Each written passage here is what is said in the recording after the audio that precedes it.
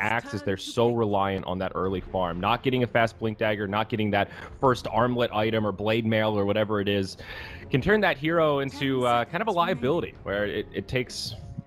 It can be scary if they fall behind early. So what's the pick? Yeah. It's the Juggernaut. Okay, so S4 Jug mid, I guess it'll be.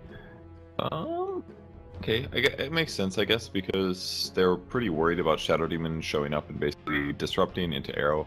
Me too. If you get a 5-minute Vanguard, 6-minute Vanguard, you are super beefy relative to most of the other heroes in the game. You're gonna find FNG here. Oh. Up top, FNG on the run. Looks like he'll be okay for now. EGM finds the net.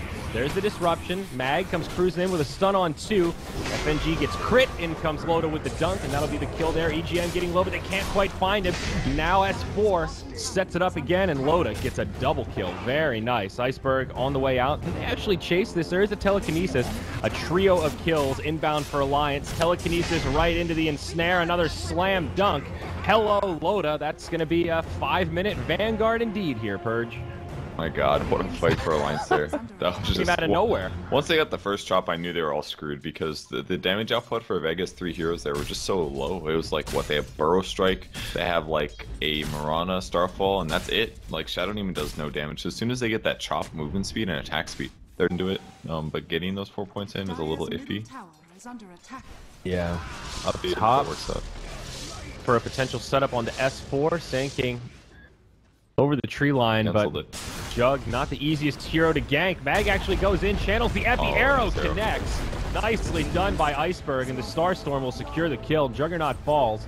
Meanwhile, in the bottom lane, Alliance looking to pressure this tower. FNG will use Morphling level 11 with the Lincoln Sphere. They'll go into the tier 2 up top, and Alliance will just be granted a free tier 1 in the mid lane. Loda getting credit for that one with a double damage rune. He also has his Blade Mail up.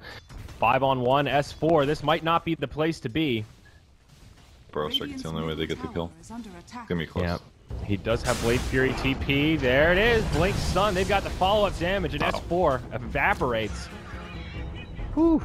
Man, the Blink Burrow Strike is so dangerous against him. Normally he should be surviving these ganks, but it's just so difficult. Yeah. Get a courier, that's a courier. There we go. And it has some cargo on it. FNG gets caught. Loda comes in with a lot of damage, but the arrow saves FNG a bit longer until Admiral Bulldog comes in with the crush.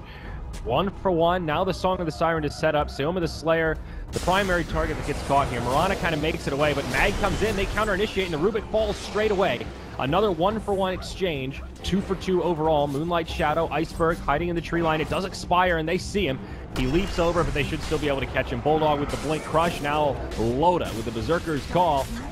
They don't have the dunk, but they've got the kill, and Alliance find the edge. 3 for 2, and of course they get the courier kill to boot, and that cargo was the Aghanims on Mirana. That's a huge courier kill. Style, but he doesn't really have to this game. There's not anything that he needs to debuff. There's no silences, that kind of a thing. So SNY is by far the better item over Manta Style. Cost alone and movement speed alone, it's a big difference. So he should be able to kite around the fight and get into the places he needs to be more. Yep, I agree.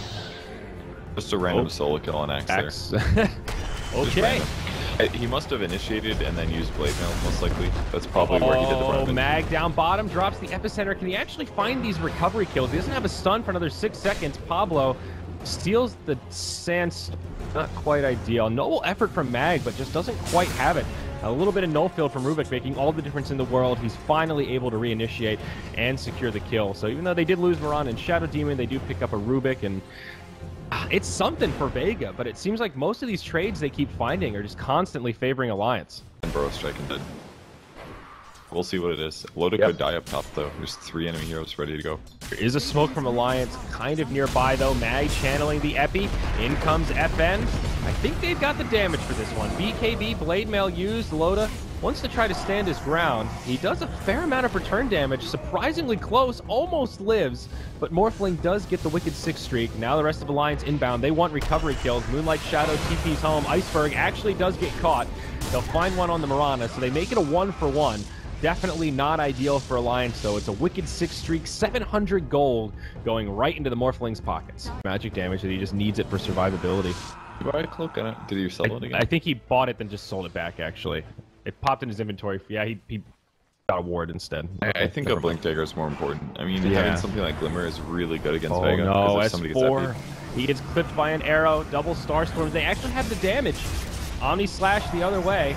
Disruption, and the Ag Starstorm finishes him off. A noble effort. Now Loda once more. He jumps in onto Iceberg. He gets in dunk range, and that'll be a counter kill the other way. Another 1-for-1.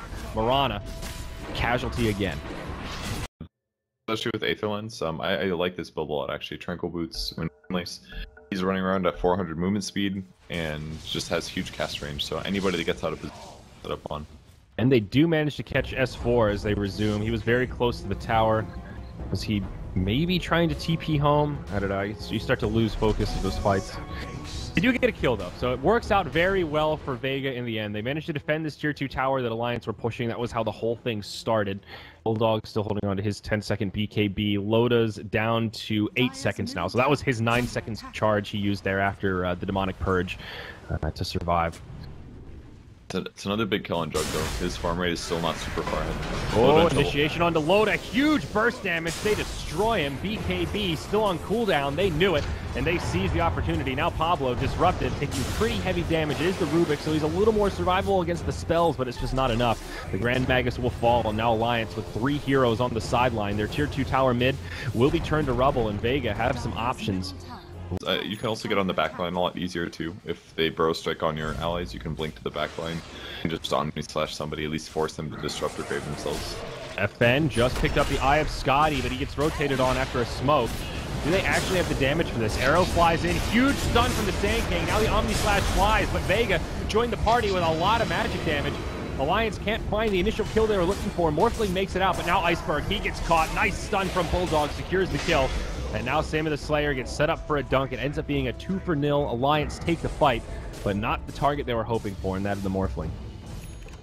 Really good fight for Alliance there. They've got the gem pickup now as well in Naga, so no more Invis shenanigans, but comes down to the first couple kills. Maybe there needed to be an FE. Oh, they're gonna get Mag too. Oh, wow. They just barely caught vision of him. Mag thought he was in a pretty safe spot, but they've got a ward down, and another easy kill. Now Alliance get rewarded with a free Tier 2 mid, and they go high ground. So right back the other way. 2 buybacks available for Vega. They'll use the glyph.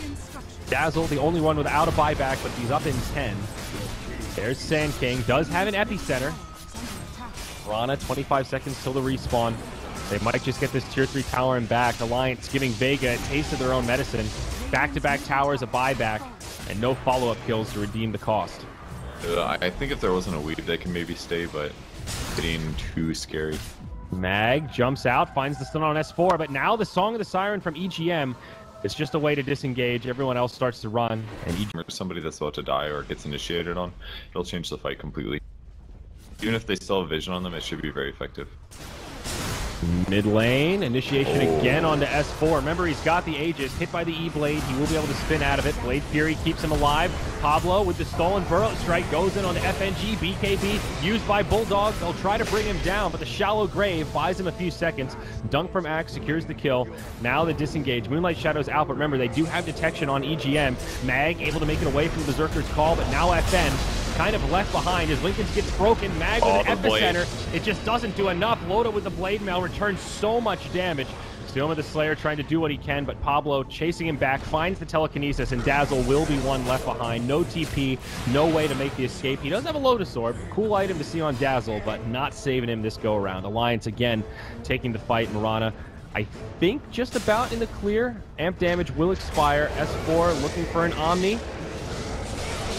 Loda catches him with the Berserker's call. They have lost the Slardar, but there's the Omni Slash. Does not kill the Mirana. FN will be able to tank through it, and they'll be just fine. Great leap from Mirana. Just barely keeps her alive on a sliver of HP. I didn't even see her leap out. She just disappeared for me. Yeah. Loda. Oh, that was such a good... That was clutch. I like that. Now S4 comes back in. Waveform out. FN has a replicate down, and he jumps right to it. Again, both teams are kind of having trouble. They still have a cheese, but wow, Hex now on Sand King. He is so farmed. Yeah, that's such a good item build. If you could just continuously reinitiate, get out, or chain disable the right guy. I don't know if they'll ever take a team fight though, so maybe it won't actually be useful. It's true. Hex not really your item for farming. Down bottom, FN catches S4.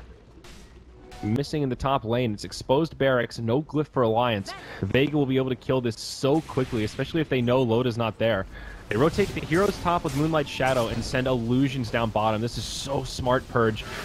The Morphling Replicant almost kills the tower on his own. As soon as they commit to the fight, the Morphling just goes straight for structures. Iceberg gets initiated on, but I think Vega would be okay to sacrifice their Mirana just to make space for the Morphling to finish this game. They disengage very nicely. Top lane of barracks go down, and Morphling finishes off the barracks down bottom.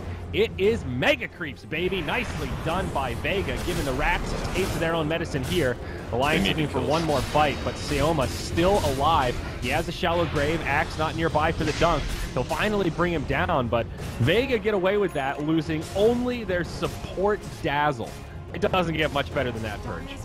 Yeah, it really doesn't. It's looking pretty much game here for Alliance. They just never really moved across the map and got something done. And I know there's a lot of scary things on the enemy side, and there was a lot of great split push from Vega, but I think they had a couple opportunities. A fight. They took an initiation while Morphling just completely crippled the barracks because he pushes so damn fast. S4 caught again by Mag, but Bulldog there with the counter initiation. Takes a lot of burst from FN, eats the cheese after he pops BKB. That will keep him alive a little bit longer as this fight starts to spread out. Bulldog still on the run. Loda now joining the party. EGM inbound as well. He does have a song if they want to use it to reset. They isolate the Sand King with the Yule Scepter. The BKBs from Alliance not doing a hell of a lot. They finally kill the Sand King. However, Morphling does chase down S4 on the other side. Now Iceberg, BKB'd, Moonlit Shadowed on the run. They do have amp damage. They catch him with the Ensnare. Follow up, but the E-Blade got no way to deal with this. He's by himself. It's all a distraction because, hey-oh, enemy base. FN gets a solo kill on Rubik and clears out some tier 4s. Now he TP's back in. Song of the Siren gives him some time. Vega looking to take this final fight. Alliance have to win this. They do kill the Dazzle. Arrow flies through, hits on Loda. He's still spinning, but it just doesn't matter. EGM dies. All of the final buybacks coming through. Alliance doing everything they can, but this one really feels like it is over. Morphling just does so much damage here, even with Blade Mail on. Like, Morphling just completely eats through it. I'm sorry, he doesn't have Blade Mail yet, or anymore. He's got Shiva's Guard, but oh yeah, it's just nothing to match it really. Like, Blade Mail's maybe one away, but honestly, this Hex on Sand King has been incredible. Mag went from being a good initiator to now when he catches someone, they're pretty much dead unless Alliance commit a lot. Final BKBs being committed. They still can't lock down this damn Morphling. Manta style used. BKBs again by Alliance already popped. Lincoln Sphere from Loda keeps him safe from the stun from Mag, but now Mirana going in with more stars. Loda misses the Berserker's call. FN reinitiates monster kill streak as he finishes off Rubik. FN playing this Morphling so well, initiating with burst damage, then moving away so they can't follow up, making this so hard for Alliance to do anything. Lincoln's broken again on Loda. Hex, follow-up stun. Iceberg jumps back in. FN joining the party. He does get off the Omni Slash, but it's a slam dunk from Loda to kill the Sand King. Full of casualties on the side of Vega, but it just doesn't matter. Creeps are pushing in. They're out of tier 4 towers now. They're barely able to hang on, and S4 finally calls it 18-23. 53 minutes later, Vega take game 1 in this upper bracket best of 3. Just didn't have a good Morphling solution, and they had good early game, and they consistently were matching Vega in fights and farm, but they just never got ahead of that. They never really were able to get a great team going, so